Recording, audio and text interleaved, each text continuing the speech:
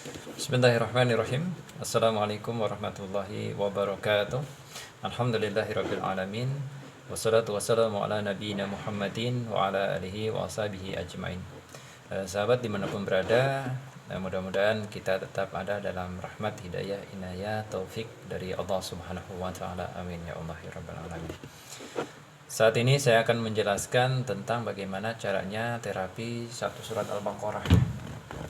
Yang pertama, pastikan kita memiliki wudhu terlebih dahulu, menutup aurat dengan sempurna, ya, dan juga sholat sunnah mutlak 2 rakaat sebelum melakukan terapi surat Al-Baqarah itu. Lalu setelah itu sediakan satu ember air mentah, ya, atau dalam baskom yang isinya berapa liter terserah, mau 1 liter, 2 liter, 3 liter, 4 liter, 5 liter, dan seterusnya, silahkan disediakan. Bagusnya itu air itu dicampur daun bidara Arab atau cider, di blender dulu atau ditumbuk dulu, lalu diambil airnya, ya, dikasih air sedikit, lalu diambil airnya, disaring, ya, pisahkan ampasnya dan dibuang. Airnya dituangkan ke air dalam ember yang nanti kita akan gunakan untuk terapi surat Al-Baqarah. Dan juga sediakan air minum, ya, terserah mau yang isi 500 ml atau yang 250 ml, silahkan, atau yang segelas misalkan, terserah. Lebih banyak lebih bagus, jadi bisa digunakan berkali-kali. Tujuannya nanti ini buat minum, ya, yang ini buat mandi, ya, mandi air ruqyah. Setelah tadi punya wudhu, habis sholat mutlak 2 rakaat dan juga menutup aurat dengan sempurna, lalu menghadap kiblat, ya, menghadap kiblat. Sediakan, ya, silakan kalau nggak hafal ya baca Al-Quran, ya, taruh Al-Quran di tempat Al-Quran yang di atas seperti itu, seperti ini, ya. Lalu kita baca Al-Quran di depan air ini. Sebagai contoh, saya akan membacakan satu surat Al-Fatihah dan sebagian satu surat Al-Baqarah. Ayat-ayat yang dibaca dalam terapi Al-Baqarah ini, ya, Al-Fatihah 1 kali, satu surat Al-Baqarah full, ayat 1 sampai 286 kalau nggak salah. Jadi full, ya, dari ayat 1 sampai 286 itu suatu surat Al-Baqarah. Dibaca full dengan keras, dengan terang, dengan jelas, ya. Sebagai contoh seperti ini. A'udzu billahi minasyaitonir rajim. Bismillahirrahmanirrahim. Alhamdulillahi rabbil alamin. Ar-Rahmanir Rahim. Maliki yaumiddin. Iyyaka na'budu wa iyyaka nasta'in. Ihdinas siratal mustaqim. Siratal ladzina an'amta 'alaihim ghairil maghdubi 'alaihim waladdallin.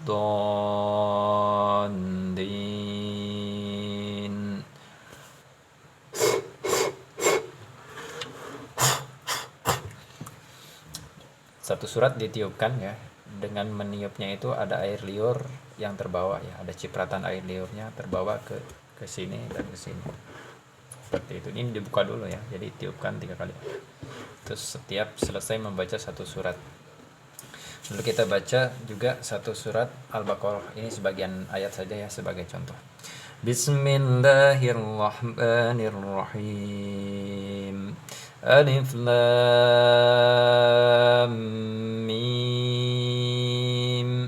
Zalikal kitabu la raiba fihi hudan lil muttaqin allazina yu'minuna bil ghaibi wa yuqimuna as-salata wa mimma razaqnahum yunfiqun والذين يؤمنون بما أنزل إليك وما أنزل من قبلك وبالآخرة هم يوقنون أولئك على هدى من ربهم وأولئك هم المفلحون إلى آخره. Dibaca sampai selesai, sampai ayat 286.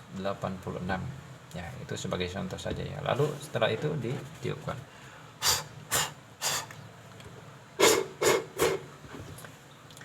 Bahkan lebih bagus lagi ditambah satu surat Ali Imran dari ayat 1 sampai 200. Itu lebih dahsyat lagi. Karena dalam hadisnya dari sahabat Abu Hurairah ya, dari dalam kitab Syarah Sahih Muslim dijelaskan, barang siapa rumah yang dibacakan satu surat Al-Baqarah maka setan akan lari dari rumah itu. Dalam hadis lain dijelaskan dari sahabat Umamah Al-Bakhili, barang siapa yang membacakan Ali Imran atau Az-Zahrawain dan satu surat Al-Baqarah full, Ali Imran ayat 1 sampai 200 dan Al-Baqarah ayat 1 sampai 266, maka itu akan menjadi penaung di hari kiamat, dan penyihir itu tidak akan mampu menguasainya, tidak akan mampu mengalahkannya, pasti kalah ya, para penyihir. Makanya kalau orang kena santet guna-guna nggak sembuh-sembuh nih, di ruqyah udah ini, udah lakukan ruqyah ini, terapi Al-Baqarah ini ya. Minimal satu surat Al-Baqarah full ya, waktunya sekitar 2 jaman kurang lebih ya. Kalau saya 2 jaman waktu itu ya, ketika melakukan ini terapi ini 2 jaman lebih ya, seperti itu. Lalu seperti tadi ya, ditiupkan. Lalu kita berdoa kepada Allah, ya Allah jadikanlah bacaan yang saya baca ini, ayat atau satu surat Al-Baqarah ini menjadi pengobat ya, ataupun jadikanlah air ini penyembuh bagi apapun yang saya alami. Misalkan keluhan ain, sihir disebutkan ya. Lalu tiupkan. Itu kalau nggak hafal doa yang Ruqyah Jibril itu. Kalau hafal ya doa Ruqyah Jibril baca dulu. Bismillahi arkik min kulli syai'in yudik min syarri kulli nafsin aw ainin hasid Allah yasbik bismillahi arkik. Dan doa kesembuhan, Allahumma rabban nasi adhibil basa isbihi wa anta syafi la sifa illa sifa'u sifa la yughadiru saqama 3 kali. Lalu tiupkan. Jadi harus ada niat ya. Karena innamal a'malu binniyah gitu. Segala sesuatu itu tergantung niatnya. Kalau nggak diniatkan kan tidak ini ya. Jadi harus ada niat kita membuat air ruqyah, membuat terapi satu surat Al-Baqarah untuk keluhan yang kita alami atau untuk orang lain gitu. Jadi diniatkan seperti itu. Baca sampai selesai dengan jelas seperti saya tadi contohnya ya, dengan terang jelas. Lalu setelah itu tiupkan. Nah, ini nanti yang air mineral ini untuk minum ya. Mau ditambah bidara silakan, tambah madu lebih bagus. Pakai air jam-jam insya Allah lebih dahsyat ya. Kalau yang ini buat mandi ya, isinya silakan 5 liter, 10 liter, 2 liter, 3 liter. Mandinya jangan dibilas dengan air yang lain, atau kalau memang sedikit airnya ya untuk dibilasan terakhir. Jadi jangan dibilas oleh air yang selain air ruqyah ini, seperti itu.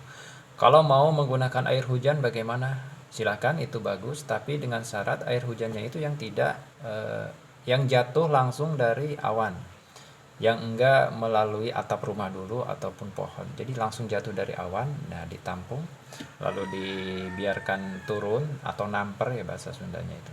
Kalau bahasa Indonesianya biar apa ya? Biar jernih, ambillah yang jernih, buang kalau ada kotorannya dibuang. Ambil yang jernih lalu dibacakan tadi satu surat Al-Baqarah, Al-Fatihah, satu surat Al-Baqarah. Kalau mau ditambah ayat kursi silakan, terakhirnya ya Al-Ikhlas, Al-Falaq dan An-Nas. Lalu niatkan, lalu tiupkan.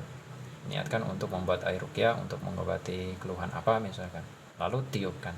Itu pakai air hujan. Itu insya Allah bagus sekali. Silakan kalau ada pertanyaan tulis di kolom komentar. Terus ini dilakukan berapa kali? 3 hari berturut-turut ya.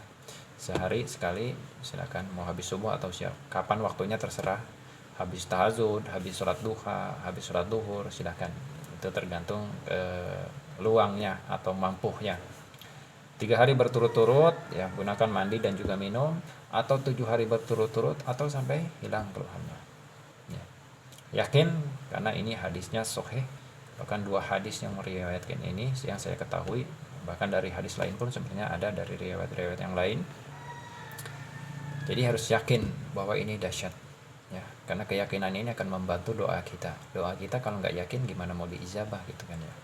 Dan juga hilangkanlah penghalang-penghalang dosa seperti riba. Berhentilah dari riba, mengkonsumsi barang haram, makanan haram, atau masih dalam keadaan hobi bermaksiat, masih ada patung, masih percaya ajimat-ajimat ya, dan lain sebagainya. Hal-hal yang itunya dihilangkan dulu. Kita harus hijrah dulu Karena perkara-perkara seperti itu akan menguatkan pengaruh setan. Ya. Dosa, jimat-jimat, isim dan lain sebagainya, patung misalkan, riba, makanan, pekerjaan dan lain sebagainya yang haram, itu akan menguatkan pengaruh setan seperti itu. Maka hilangkan dulu itunya. Ya. Barakallahu fikum. Assalamualaikum warahmatullahi wabarakatuh.